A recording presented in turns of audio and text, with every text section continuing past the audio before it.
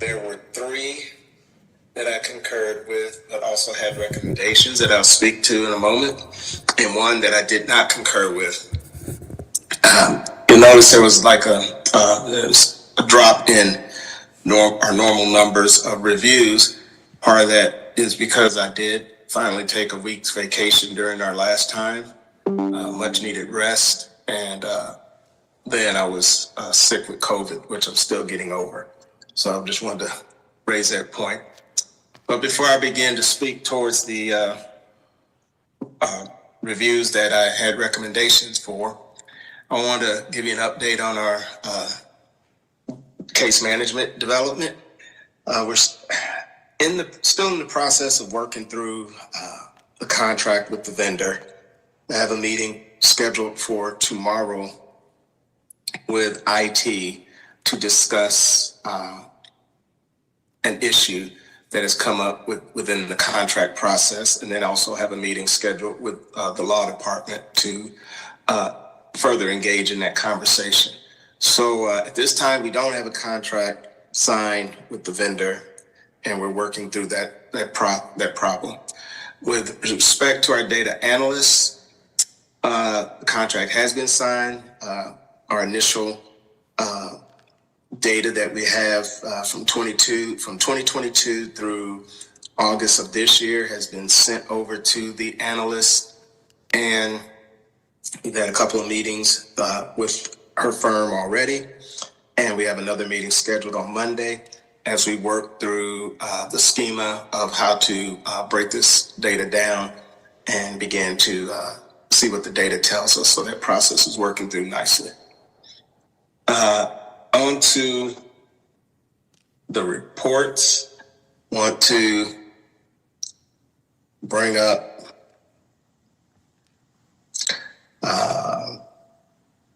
first report is case number 2025-000-88595. And in this report, it involved officers responding to a report of a robbery where two juvenile black males were suspect. Description was provided, and when officers arrived at the location where the robbery was occurring, they noticed these two subjects, which fled from the officers.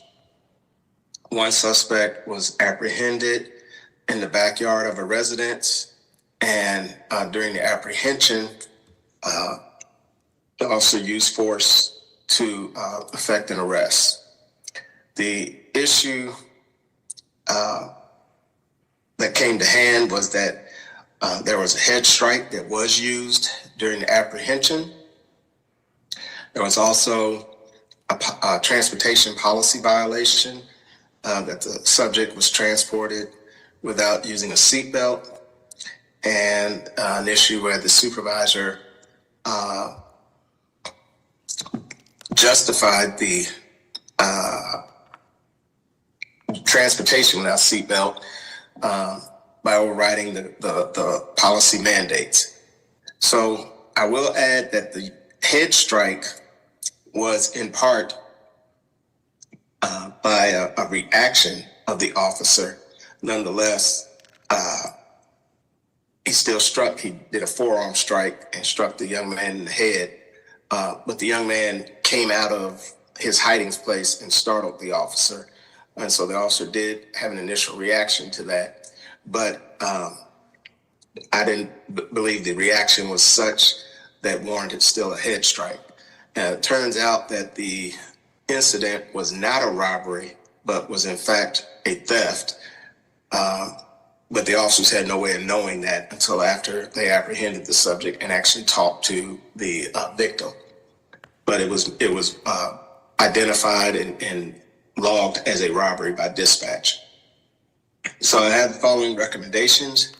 First is that CPOB and OIPA requested that the Akron Police Department initiate an investigation into the violation, the transportation violation by the officer, and take appropriate disciplinary action. And also the CPOB and OIPA requested APD initiate an investigation into the violation related to the transportation of the young man against the sergeant for failing to document and properly address the violation and take appropriate disciplinary action.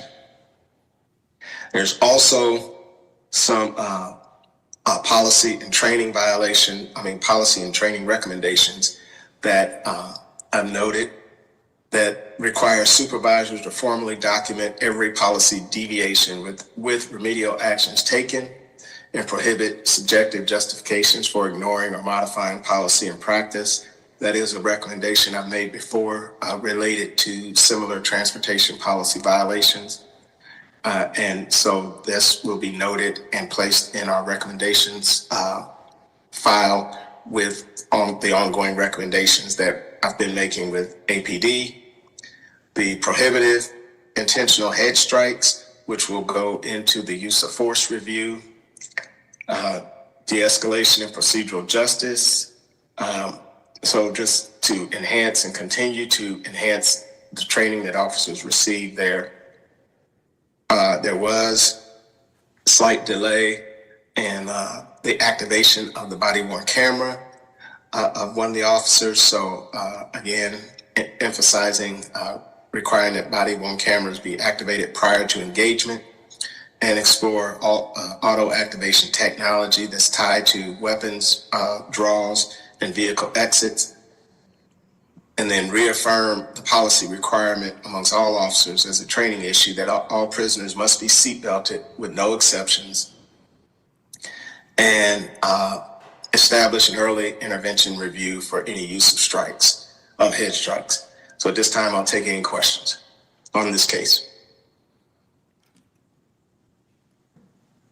Any questions for Mr. Fennell? Any comments? Yeah, I got a question. Go ahead. Mr. Fennell, was it one officer on duty or more than one? This was one officer with the head strike and the transportation violation. The sergeant was also listed in this because he failed to document, properly address it. Thank you. Mr. Fennell, I just wanted to be clear that the transportation violation was that they did not secure the suspect in a seatbelt. Is that it? Was that it? That is correct. That is correct. In his report, the sergeant referenced acknowledging the violation, but stated that the officer was driving slowly and carefully as he transported the young man, and that was how the sergeant justified failing to document and properly address the violation. The policy does not provide any kind of excuses or reasons for not following that policy. And as we all know, those of us that have driven or driven for quite a while, that it does not really matter how well we drive. It is the care and concern of others that are driving that creates a risk. So there is no exception to that policy. Exactly. Exactly. Okay, thank you. All right, I'd like to make the motion to accept Mr. Fennell's report. I second the motion. All right, all in favor signify by saying aye. Aye. Any Aye. opposed? All right, motion passes. Go ahead, Mr. Fennell. All right, the next one is 2025-00091845. And in this case, it involved Street Narcotics Uniform Detail or SNUD unit. They were conducting surveillance on a known drug location. Residence was occupied, based on their report, by two individuals that had been subject of prior narcotics investigations and arrests and drug trafficking. So during surveillance, they saw what they believed to be a hand-to-hand drug transaction, and they began to follow a vehicle as it drove away from the residence. The officers stayed at the vehicle at some point, failed to stop at a stop sign, so they initiated a traffic stop.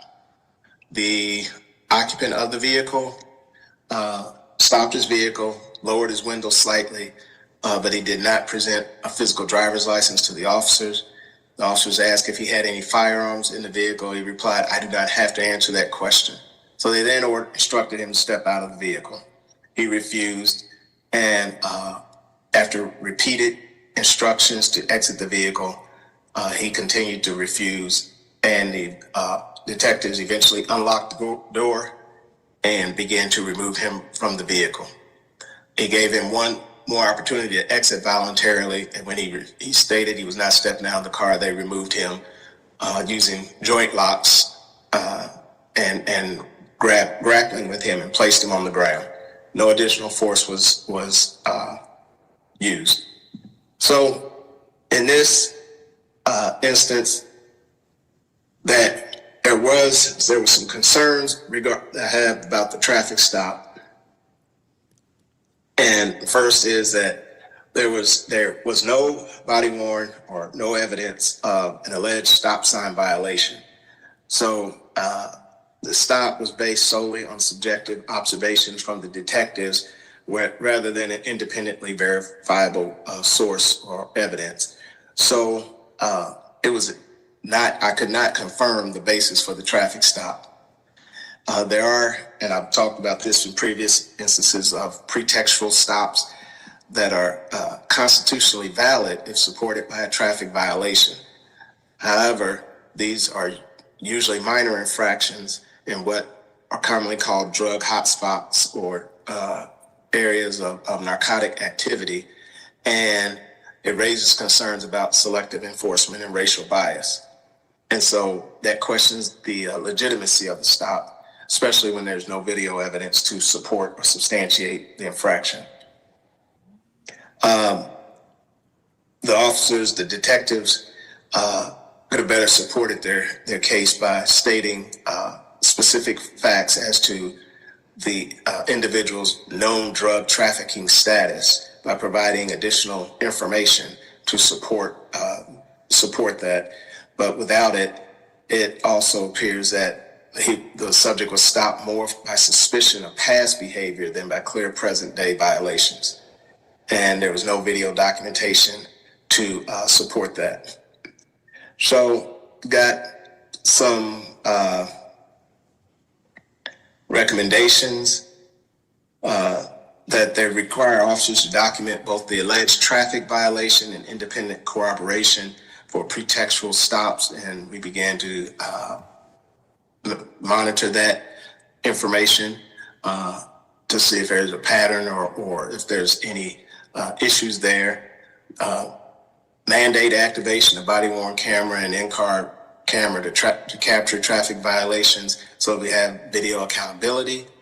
And if unavailable, prohibit initiating stops absent urgent safety concerns.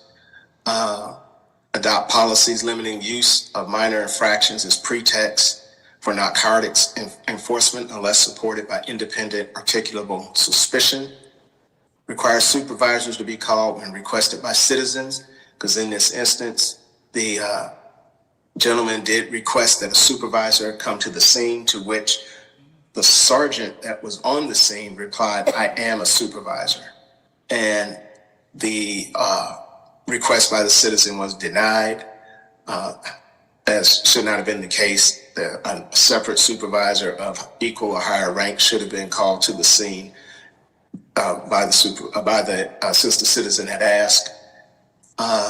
There was a misunderstanding of the Ohio firearm disclosure laws, so there should be additional training for officers to understand that while Ohio allows for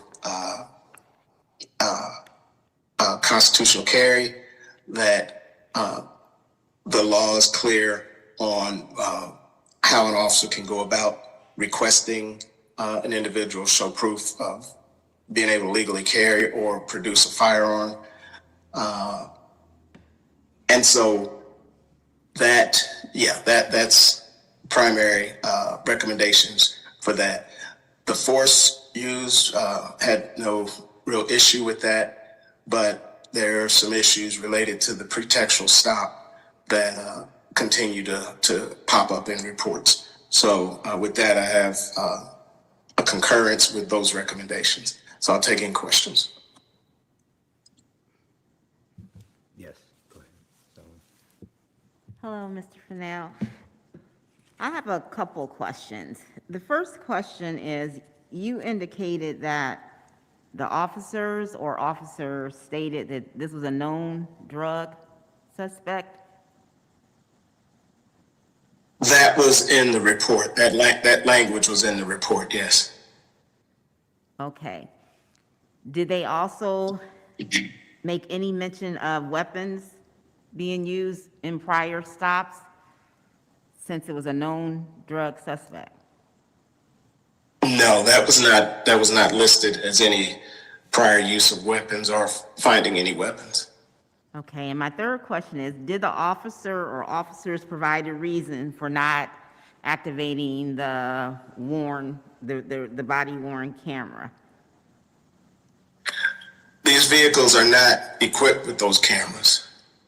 Okay, Yeah, but these are the vehicles that they use, and repeatedly they will use like a minor traffic violation or equipment violation as the reason for a traffic stop, yet there's no independent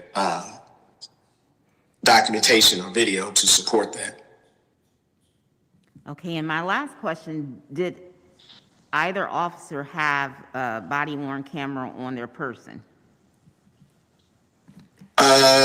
Yes, some of the officers did have body-worn camera. I'm not exactly sure how many of them did, but they did have body-worn camera. And was that camera activated?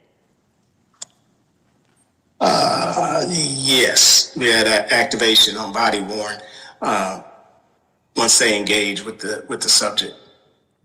Okay, thank you.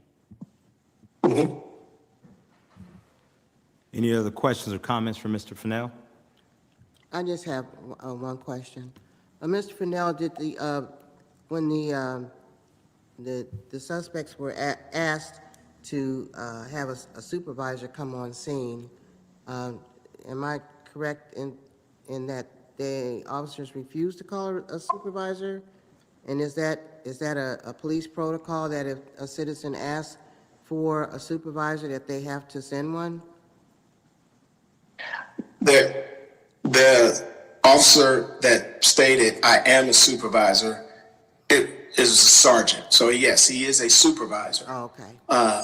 But the context of that question was to ask for additional supervisor to come to the scene. It was not,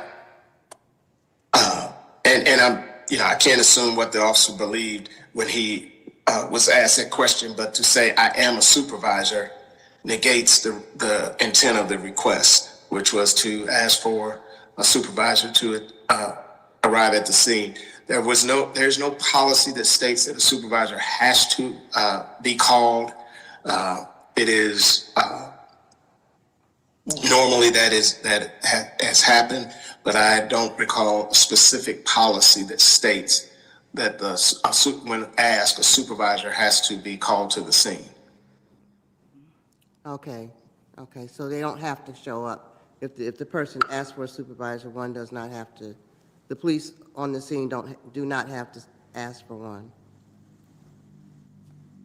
I don't think it's a policy violation that directly states if asked that a supervisor has to come. If it's feasible, then yes, a supervisor should be called to the scene, but not to the extent where they'd have to call someone out if there's none available. If someone is available, they should call them to the scene. Okay, and the fact that one officer was already a supervisor, that would have negated him having to call another supervisor in, like if he was a sergeant, then he would not have had to call in a lieutenant. Well, no, it doesn't negate that, because as a sergeant, in theory, you would call a lieutenant or you would call a captain. You would call someone higher in rank. But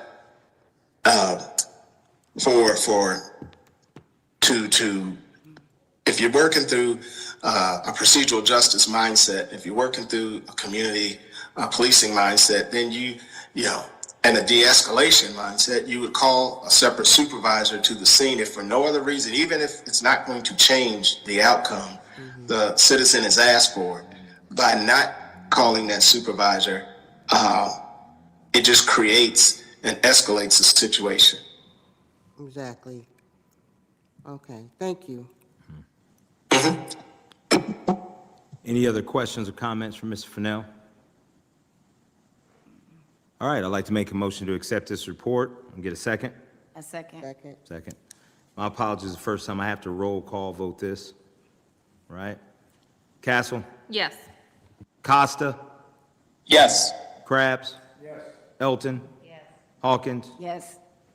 Weems, and Askevich. Yes. Boyd, yes. Motion passes. Sorry.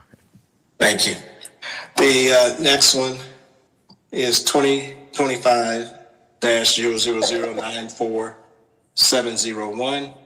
And in this instance, police were called to a CVS property because a person was there who was intoxicated, refusing to leave, being disruptive, and threatening staff and customers. Once officers got there, the staff asked that the person be trespassed, and the officer began to escort the person out of the business. Gave multiple opportunities for the person to leave voluntarily. He refused to leave and sat down, stating he needed to gather his belongings. At some point, the officer stated that the person was under arrest. When he went to place the person under arrest, an altercation ensued where the person pulled away, dropped to his knees, and the officers and the person went down to the ground as they tried to place him in handcuffs. During the struggle, an officer applied downward pressure to the subject's head and neck area. Another officer applied pressure to the base of his skull for pain compliance, and a bystander intervened and assisted the officers by holding the subject's legs while the officers handcuffed and searched, while they placed the man in handcuffs. He was cleared by the medics at the scene and transported to Summit County Jail without any injuries. The issue at hand is the use of the downward head pressure and skull-based pain compliance. Both pose a significant risk of positional asphyxia and cervical injury. And these tactics are, especially on partially restrained individuals, can result in serious injury. And then also reliance on civilians to assist in restraining a subject introduces liability and safety risks and could potentially violate departmental policy of maintaining control of a subject. So the officers did use verbal commands, escort holds, takedowns, and ultimately pain compliance, but no strikes or weapons were used. And the supervisor did note the questionable effectiveness of the head and neck pain compliance and the importance of distinguishing between active and passive resistance. Ultimately, I concur with the use of force, but I do have recommendations. One is to ban the head and neck force, explicitly prohibit pressure to the skull neck as a pain compliance method due to the medical risk, and update the use of force policy to limit such tactics to deadly force situations. That this recommendation will be incorporated into the use of force review. On the de-escalation protocol, the officers could have extended their verbal engagement. They could have slowed down their encounter with the subject, especially with the understanding, knowing that he was intoxicated, and they could have called for maybe an additional unit before going hands-on. Prohibit the reliance on civilians to physically restrain subjects. And officers, must maintain exclusive control unless it's absolutely necessary or deadly force situation, and expand training on alternative control techniques such as team handcuffing, body positioning, leverage base holds rather than relying solely on pain compliance. And then during the supervisory review, have the supervisor ask questions or speak specifically to the opportunity to use less intrusive alternatives, and then clarify language in the use of force policy that distinguishes active resistance versus passive resistance and appropriate force options for each. So I'll take questions at this time for this case. Any questions or comments from Mr. Fennell? Was the bystander ever advised to disengage by the officers? No, there was, I don't recall hearing any of that language in the videos, no. Thank you. Any other comments or questions? If not, I'll make a motion to approve report. Can I get a second? Yes, I second the motion. All right, we'll roll call vote. Anaskevich, Yes. Castle, Yes. Costa, Yes. Krabs, Elton, Hawkins, Yes. Weems, Boyd, yes. Motion passes. All right, the last one, use of force, 2025, 2025-001-00289. In this case, gentleman was observed by two officers as this gentleman was riding an ATV down a city street. The ATV, he was performing wheelies on the street on the ATV, and it did not have headlights or taillights. The officers reported that in their report that the operation of the ATV appeared to be unsafe for road conditions. However, as the officers were sitting in a parking lot preparing a separate report while observing this, they did not immediately initiate a stop. They continued to work on their reports in this lot while this subject rode up and down the street on the ATV, and only proceeded to go towards the area where he was operating the ATV when they saw that he had stopped the ATV and he had turned it off. So as they approached the subject, they activated their overhead lights, began to exit their cruiser. The subject dismounted the ATV and took off running. It was a brief foot chase, probably 20 to 30 feet, and then the subject stopped and raised his hands. Now, as the officers got up to him, they took him to the ground, and they performed a takedown and joint lock restraints. In their report, it stated that the subject had tensed up and then reached toward his waistband. The subject was handcuffed and ultimately charged with receiving stolen property. The ATV was listed as stolen. They charged him with resisting arrest, obstructing justice, and reckless operation. Now, the body-worn camera footage adds some critical context that was not reflected in the officer's written report. And that is that as he got off the ATV to take off running, his pants began to fall off his waist significantly, and he stopped and raised his hands. And when the police told him to stop running, he stopped. His hand movements toward his waistband were to hold his pants, but he also was wearing an insulin pump. And the subject stated that he was a type 1 diabetic. So while he was holding up his pants, he was also holding up the insulin device, was not reaching for a weapon.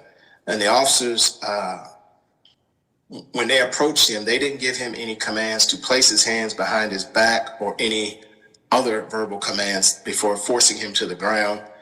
and he had surrendered before being forced to the ground.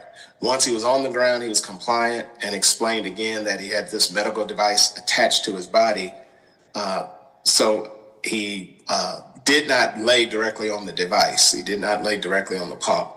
And while he was explaining that, the officers were still forcing him to the ground. So these observations, in my opinion, alter both the credibility and constitutional reasonableness of the officer's use of force decisions. So there was no question that of the stop. It was a nonviolent property offense and a traffic-related infraction. There were no weapons observed. His hands were visible, and he was communicating that he had a medical condition. And so, I feel like the takedown, while it was brief, it was unnecessary to achieve compliance. He had at that point had complied. His limited movement was due to his insulin pump, and it was a medical issue, not a defiant issue. And the recommendations that the use of force by this was deemed by the sergeant to be objectively reasonable. However, I find that the force used was not objectively reasonable under the Fourth Amendment once he surrendered, and that the use of physical control could have been avoided with clear communication. So I ask that the APD change the disposition of this use of force by these two officers from objectively reasonable to not objectively reasonable, and to take appropriate disciplinary action as warranted by disposition. Require reinforcement scenarios emphasizing verbal direction before physical force, particularly in partial compliance situations, and incorporate medical awareness, or when something is disclosed to them of a medical condition, into the use of force decision-making as they decide when to take someone to the ground or use physical force on them. Once adopt a policy mandating de-escalation once a fleeing subject stops or surrenders, limiting immediate takedowns unless a clear threat persists, and train officers to document both aggravating and mitigating factors, including environmental lighting, subject compliance, and medical explanations to ensure balanced reporting. And then amend the use of force policy that requires that officers issue a command such as place your hands behind your back before initiating a takedown when a suspect is stationary or surrendering.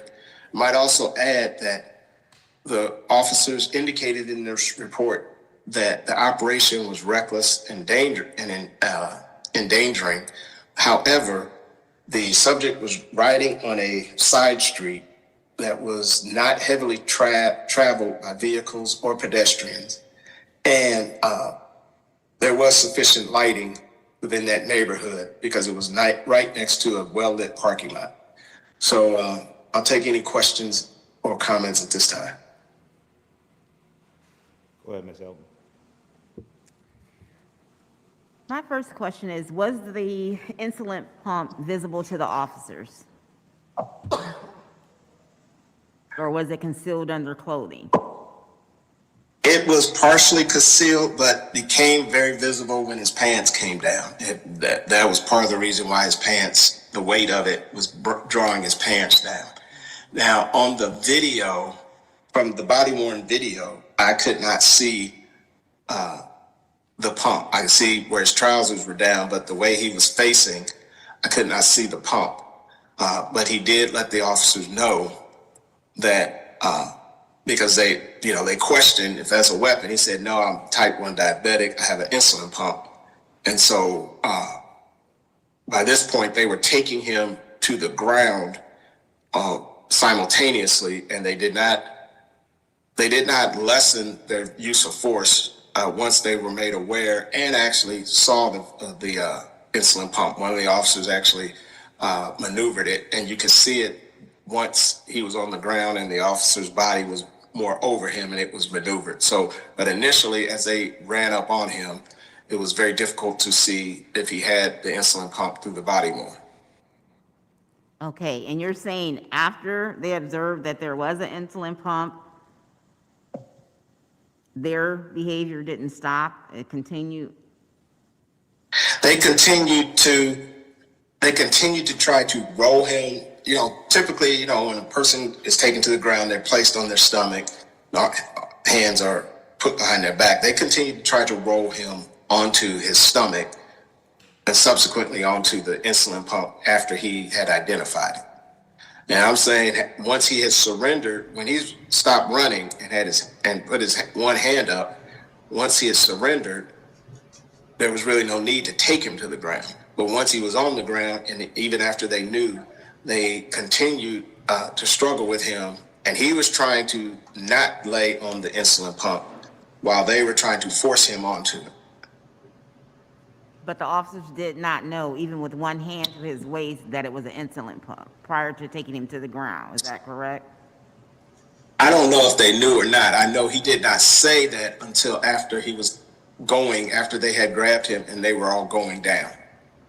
So I don't know if they saw it and just didn't know what it was, but once they knew, there was no change in their action. There was no change in their decision on how to apply force. Okay.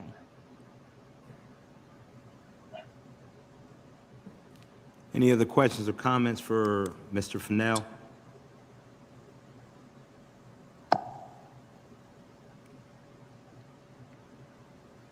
All right. I'd like to make a motion to accept the report. And I second the motion. Roll call vote. Anaskevich, Yes. Castle, You got that right, John. Krabs, Elton, Hawkins, Yes. Weems, Costa, Yes. Boyd, yes. Motion passes. Is that the whole of your report, Mr. Fennell? Yes, the only other thing I would have is and it's in the packet where you can read are the list of recommendations during this time period that have been forwarded, that will be forwarded to APD for our continued discussions on policy and training recommendations. Okay. All right, any further questions for Mr. Fennell or comments? If not, we'll move on to Mr. Costa and our finance report out. No report at this time. All righty. Do we need to? Okay.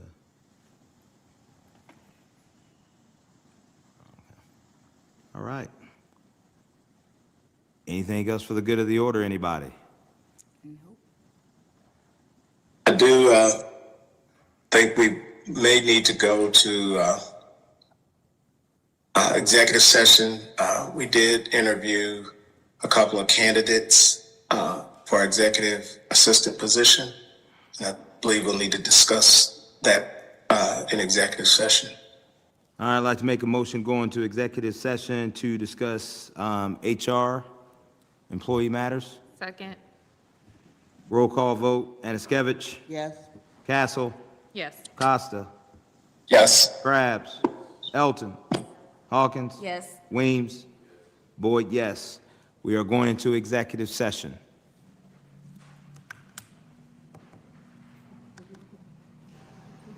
Okay, you guys still hear us? Yes. Okay, Hot mic. I don't know how we're gonna. She can sit out